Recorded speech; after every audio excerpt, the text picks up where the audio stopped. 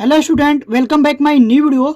तो स्टूडेंट, प्रश्न है कि दिए गए समीकरण युग्म को प्रतिस्थापन विधि तथा विलोपन विधि से हल कीजिए। ठीक है, मैं आप लोगों को इस वीडियो में बताने वाला प्रतिस्थापन विधि से समीकरण को कैसे हल करते हैं और विलोपन विधि से समीकरण को कैसे हल करते हैं। ठीक है, तो वीडियो में बने रहे और वीडियो को अंत तक बिल्कुल आसान तरीके से बताऊंगा, आप लोग को एक बार में ही समझ में आ जाएगा।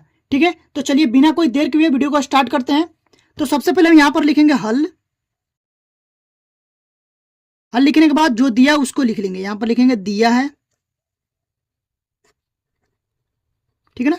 अब देखो दे दिया है समीकरण, ठीक है, दिया है कि 3x प्लस 4y बराबर 10, ये पहला समीकरण, इसको मान लेंगे। और उसके बाद दिया है 2x माइनस 2y बराबर 2, इसको समीकरण नंबर 2 मान लेंगे। ठीक है ना। अब देखिए हम लोग क्या पहले करेंगे, प्रतिस्थापन विधि से हल। ठीक है, तो यहां पर लिखेंगे प्रतिस्थापन विधि से, प्रतिस्थापन विधि। ठीक है, पहले हम लोग प्रतिस्थापन विधि से हल करेंगे। तो देखिए प्रतिस्थापन विधि से कैसे हल करेंगे। सबसे पहले क्या करेंगे, एक समीकरण लेंगे। मान लीजिए कि पहला भी समीकरण ले सकते हैं और दूसरा भी समीकरण ले सकते हैं। कोई भी एक समीकरण से पहले x का मान ज्ञात करेंगे, ठीक है ना, या फिर y का मान ज्ञात करेंगे। और उस y के मान को या फिर x का मान को, जो मान लीजिए कि समीकरण 1 से निकाले हैं तो 2 में रख देंगे, और 2 से निकाले हैं तो 1 में रख देंगे। चलिए अभी सवाल हल करता हूं तो आप लोगों को क्लियरली समझ में आ जाएगा। तो यहां पर हम लिखते हैं समीकरण 2 से ही लेते हैं, ठीक है ना, समीकरण 2 से। तो समीकरण 2 है 2x माइनस 2y बराबर 2, ठीक है ना। तो यहां से देखिए क्या हो जाएगा, ये हो जाएगा 2x बराबर 2, और यहां पर देखो 2y माइनस में, इधर क्या हो जाएगा, प्लस में हो जाएगा, तो हो जाएगा प्लस में 2y, ठीक है ना। तो यहां पर देखो ये जो 2 है ये गुणे में है, इधर आके क्या हो जाएगा, भागे में हो जाएगा। तो x बराबर हो जाएगा 2 प्लस 2y और बटे में 2। इतना समझ गए ना। आगे देखिए, इसको हम लोग समीकरण नंबर 3 मान लेंगे, ठीक है ना। अब क्या करेंगे, यहां पर लिखेंगे x का मान,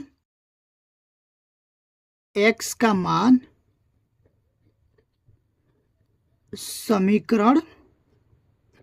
अब देखिए यहां पर ध्यान दीजिएगा, x का मान किस समीकरण से ज्ञात किए हैं, 2 से ज्ञात करेंगे। ज्ञात किए हैं 2 से, तो 2 में नहीं रखेंगे, ठीक है ना, तो 1 में रखेंगे। समीकरण 1 में रखने पर, ठीक है। चलिए अब देखिए समीकरण 1 यहां पर क्या है, 3x प्लस 4y बराबर 10। यहां से लिखेंगे 3x प्लस 4y बराबर 10। यहां से हो जाएगा 3, और ये ब्रैकेट में कर लेंगे 2 प्लस 2y बटे में 2 प्लस 4y बराबर 10, ठीक है ना। अब देखिए ये क्या हो जाएगा, इसमें गुणा हो जाएगा, ये हो जाएगा 3 दूना 6 प्लस 2 दूना 4y और बटे में 2 प्लस में 4y बराबर 10। यहाँ पर कुछ नहीं तो 1 लेते हैं और ये लॉसअप ले लेते हैं, तो 2 लॉसअप आ जाएगा, ठीक है ना। तो ये जैसा कि वैसा ही हो जाएगा, 6 प्लस 4y और प्लस इसमें इसको गुणा करेंगे तो हो जाएगा 4 दूना 8y बराबर 10, ठीक है स्टूडेंट। तो यहाँ पर देखिएगा थोड़ा सा मिस्टेक हुआ, क्या यहाँ पर ये हो जाएगा 3 दूना 6, यहाँ पर हो जाएगा 4y है ना, हो जाएगा 6y, यहाँ पर भी हो जाएगा 6y, ठीक है, और यहाँ पर हो जाएगा आप लोग का 8y। अब देखिए क्या हो जाएगा, यहाँ से हो जाएगा 6 प्लस में 8 6 14y बटा 2 बराबर 10। यहाँ पर कुछ नहीं तो 1 लिखेंगे, ठीक है। अब ये हो जाएगा 6 प्लस 14y बराबर, इसको तिरछा तुरछा जब गुणा करेंगे तो ये हो जाएगा यहाँ पर 10 दूना 20, ठीक है ना। तो 14y बराबर हो जाएगा 20, और ये 6 इधर प्लस में इधर है, क्या हो जाएगा माइनस में हो जाएगा, ठीक है ना। तो ये हो जाएगा 14y बराबर 20 में से 6 जाएगा तो यहाँ से बचेगा 14, ठीक है ना। अब देखिए यहाँ पर तो ये हो जाएगा y बराबर 14/14, काटेंगे तो हो जाएगा 14 एकम 14, तो y का मान आ गया 1, ठीक है। y का कितना मान आ गया, 1 आ गया।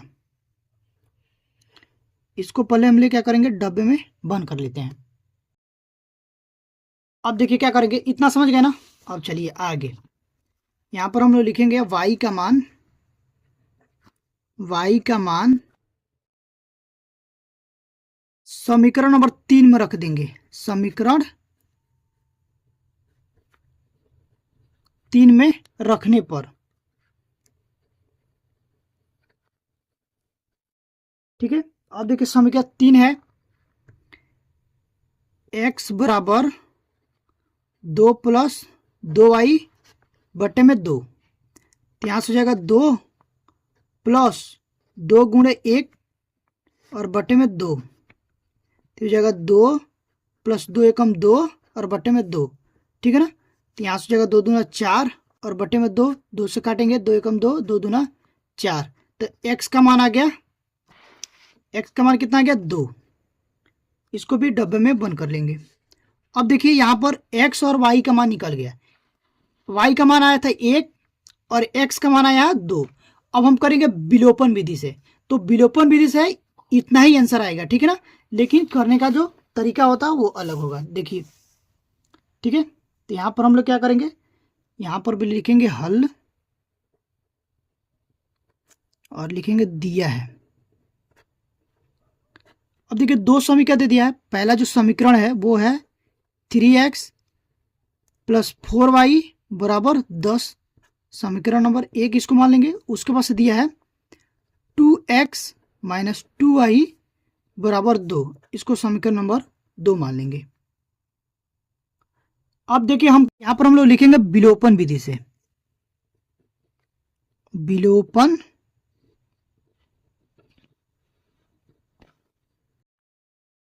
विधि से, विलोपन विधि से हम लोग हल कर रहे हैं। तो विलोपन विधि देखिए क्या होता है, हम लोग क्या करते हैं, ये जो दोनों समीकरण देखते हैं और इसमें एक जो चर है, जैसे कि यहाँ पर देखो x का जो गुणांक है या फिर y का जो गुणांक है, ये दोनों में सेम कर लेते हैं।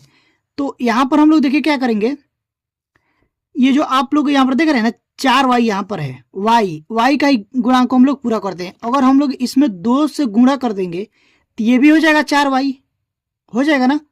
तो लेकिन सिर्फ इसमें गुणा नहीं होगा, पूरा समीकरण में गुणा होगा। तो क्या करेंगे, यहां पर लिखेंगे समीकरण 2 में 2 से गुणा करने पर, तो समीकरण 2 में 2 से गुणा कर लेते हैं, तो हो जाएगा 2 और यहां से हो जाएगा 2x - 2y बराबर में 2 × 2। अब देखो दोनों साइड होगा, 2 से गुणा करेंगे ना तो यहाँ पर भी होगा और यहाँ पर भी होगा। तो जब 2 से गुणा करेंगे तो हो जाएगा 4x, ठीक है ना, माइनस में 4y बराबर 4, इसको मान लेंगे समीकरण नंबर 3।